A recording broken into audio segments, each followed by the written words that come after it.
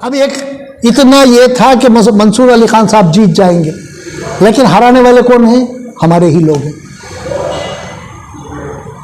जो लोग 70,000, 50,000, 80,000 लीड देने का दावा कर रहे थे, उन्होंने अपने वोट कटवा दिए।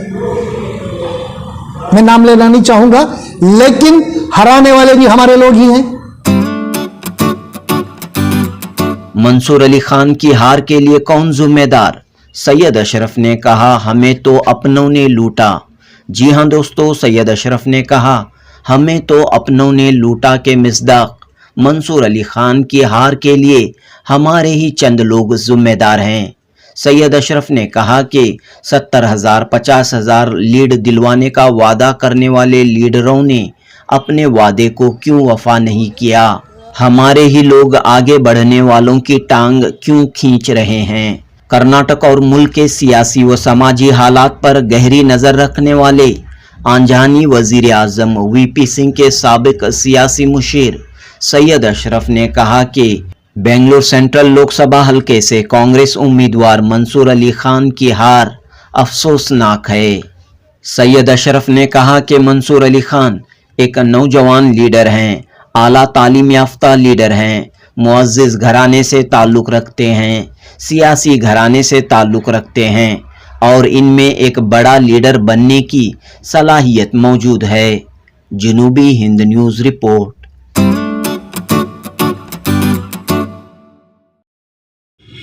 इसलिए मैं बार बार कहा कि जो है ना, हमारे जो कायदीन जो पावर में बैठे रहते हैं, उनको जो है ना कुछ मालूमात होना चाहिए। एजुकेटेड लोगों को चुनना चाहिए, एजुकेटेड लोगों को लाना चाहिए, ताकि हमारे हक में, मुसलमानों के हक में सही फैसले ले सके। आज हर चीज हमारे खिलाफ जा रही है। एक तरफ से मुसलमानों को जो है ना खाली वोट के लिए इस्तेमाल किया जा रहा है, मुसलमान सिर्फ वोट देने के लिए रह गया है। अब एक इतना ये था कि मंसूर अली खान साहब जीत जाएंगे, लेकिन हराने वाले कौन हैं? हमारे ही लोग हैं।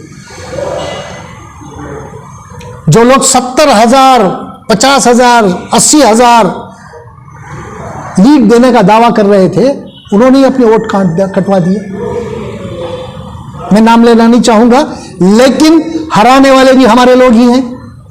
क्योंकि इसलिए हराने की कोशिश करे, उनको हरा दिए कि वो एक आला तालिब याफ्ता इंसान था, तालिब इल्म, आला तालिब इल्म था।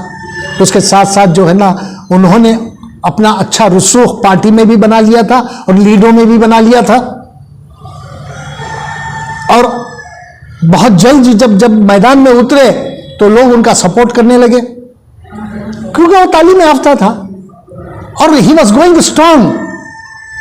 अब कुछ लोगों को ये अच्छा नहीं लगा, कुछ लोग ये सोचने लगे कि अगर ये स्ट्रांग हो गया मंसूर अली खान तो हमारी खैर नहीं है, क्योंकि ये जो हमारे कायदीन लिखे पढ़े नहीं है ना।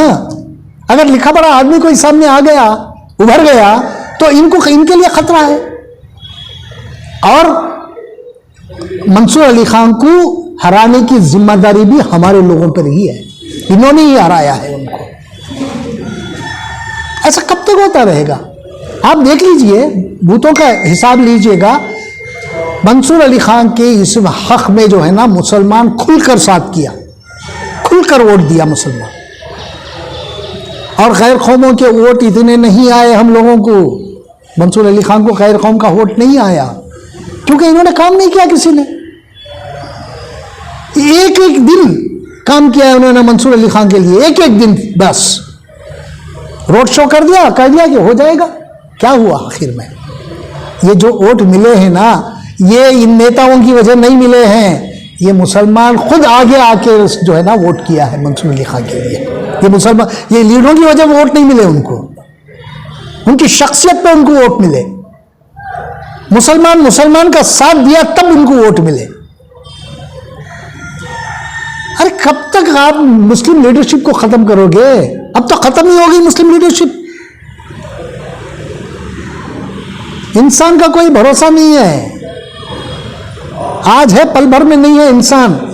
जब तक आप सेकेंड लाइन ऑफ लीडरशिप को डेवलप नहीं करेंगे, उसके बाद जो है ना मुसलमान इतना पीछे हो जाएगा अगर डेवलप नहीं करेंगे तो, और कोई उनको आगे नहीं लाएगा उसके बाद। लेकिन आप अपनी दुकान चमकाने के लिए मुस्लिम लीडरशिप को खत्म करते जा रहे हैं। कोई भी स्ट्रांग लीडर उभरना नहीं इनके सामने। अब ये मुसलमानों के लिए खतरे की घंटी है।